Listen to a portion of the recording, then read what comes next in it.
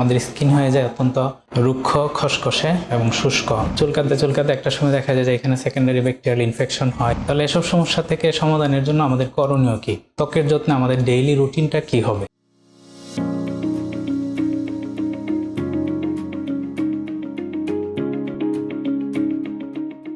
প্রিয় দর্শক, শীত প্রায় চলে আসছে আমাদের সামনে। আজকে আমরা কথা বলবো অত্যন্ত গুরুত্বপূর্ণ একটা টপিক নিয়ে, যেটা হচ্ছে শীতকালে আমাদের স্কিনে কি কি সমস্যা দেখা দেয় এবং শীতে আমাদের ত্বকের যত্নে কি কি করণীয়। আমাদের ত্বকের একটা নিজস্ব ময়েশ্চারাইজিং ক্যাপাসিটি আছে। শীতকালে দেখা গেছে যে আমাদের বায়ুর আর্দ্রতা এবং টেম্পারেচার দুটাই কমে যায়, যার কারণে আমাদের স্কিন হয়ে যায় অত্যন্ত রুক্ষ, খসখসে এবং শুষ্ক।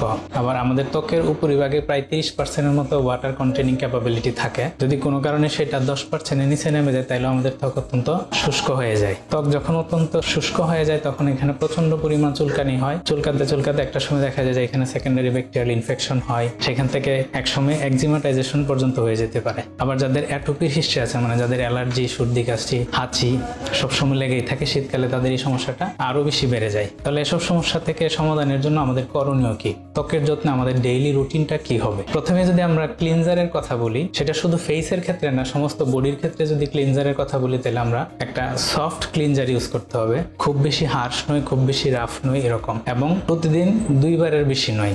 এর বাইরে যদি আপনি ফেস অথবা বডি ক্লিন করতে চান, তাহলে জাস্ট নর্মাল পানি দিয়ে ক্লিন করেন, কিন্তু ক্লিনজারটা শুধুমাত্র 2 বার ব্যবহার করা। আরেকটা গুরুত্বপূর্ণ জিনিস, শীতকালে আমরা অনেকে গরম পানি দিয়ে গোসল করতে পছন্দ করি, অনেকে প্রচন্ড পরিমাণ গরম পানি ইউজ করে। সেটা খুবই খারাপ ত্বকের জন্য। আমি বলবো যে যদি একান্ত ইউজ করতে হয়, তাইলে কুসুম গরম, হালকা কুসুম গরম পানি দিয়ে গোসলটা সেরে নেওয়া এবং খুব ঝটপট গোসলটা সেরে নেওয়া, খুব বেশি লম্বা সময় না দেওয়া। তারপরে যেটা ইম্পর্টেন্ট বিষয় আসে, সেটা হলো ময়েশ্চারাইজার, যেটা হচ্ছে আমাদের শীতকালে ত্বকের যত্নের জন্য সবচেয়ে গুরুত্বপূর্ণ বিষয়।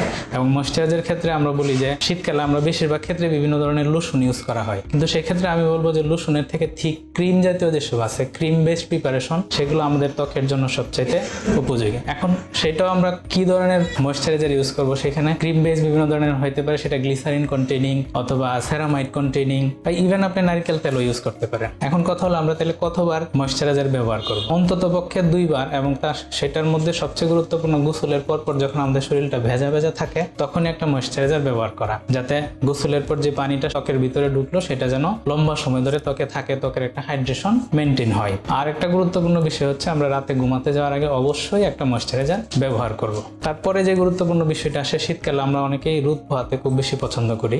যদি রোদ পোহাতেই হয়, তাহলে আমি বলবো যে সকাল 8টা থেকে 9টা অথবা বিকাল 3টার পরে রোদে যাওয়া, এবং রোদে যাওয়ার আগে অবশ্যই আপনি একটা ব্রড স্পেকট্রাম সানস্ক্রিন, যেটা SPF 30 বা তার থেকে বেশি এরকম একটা সানস্ক্রিন ব্যবহার করা। এরপরে আরো কিছু ছোট ছোট বিষয় আছে যেগুলো না বললেই নয়, যেমন শীতকালে আমাদের অনেকেরই ঠোঁট ফেটে যায়। ইভেন অনেকের হয় কি ঠোঁট ফেটে রক্ত পর্যন্ত বের হতে পারে। তাদের জন্য পরামর্শ হবে আপনি রেগুলার কিছুক্ষণ পর পর একটা লিপ বাম ইউজ করেন, এবং খেয়াল রাখতে হবে সেই লিপ বামে যেন সানস্ক্রিন কন্টেনিং কোনো ফ্যাক্টর থাকে এবং অতিরিক্ত ফ্র্যাগ্রেন্স না থাকে। তারপরে যেটা গুরুত্বপূর্ণ বিষয় আসে, হাত এবং পায়ের চামড়া ফেটে যায়, প্রচন্ড পরিমাণ ফেটে যায়, চামড়াতে চুলকানি হয়, অনেকের পা ফেটে রক্ত পর্যন্ত আসে। তাদের ক্ষেত্রে আমি পরামর্শ দিব যে সপ্তাহে অন্তত পক্ষে 2 দিন আপনি হাত এবং পাটাকে একটু কুসুম গরম পানির মধ্যে কিছুক্ষণ ডুবিয়ে রাখেন, তারপর একটা জেন্টাল ক্লিনজার দিয়ে একটু রাবিং করে না, যাতে ডেড সেলগুলা ওয়াশ আউট হয়ে যায়। দেন এখানেও একই কথা আসবে ময়েশ্চারাইজারের কথা। আপনি ভেজলিন ইউজ করতে পারেন অথবা ঠিক কোনো ক্রিম বেস ময়েশ্চারাইজার ইউজ করতে পারেন হাত এবং পায়ের ফাটাতে, বা অন্তত দিনে 2 থেকে 3 বার।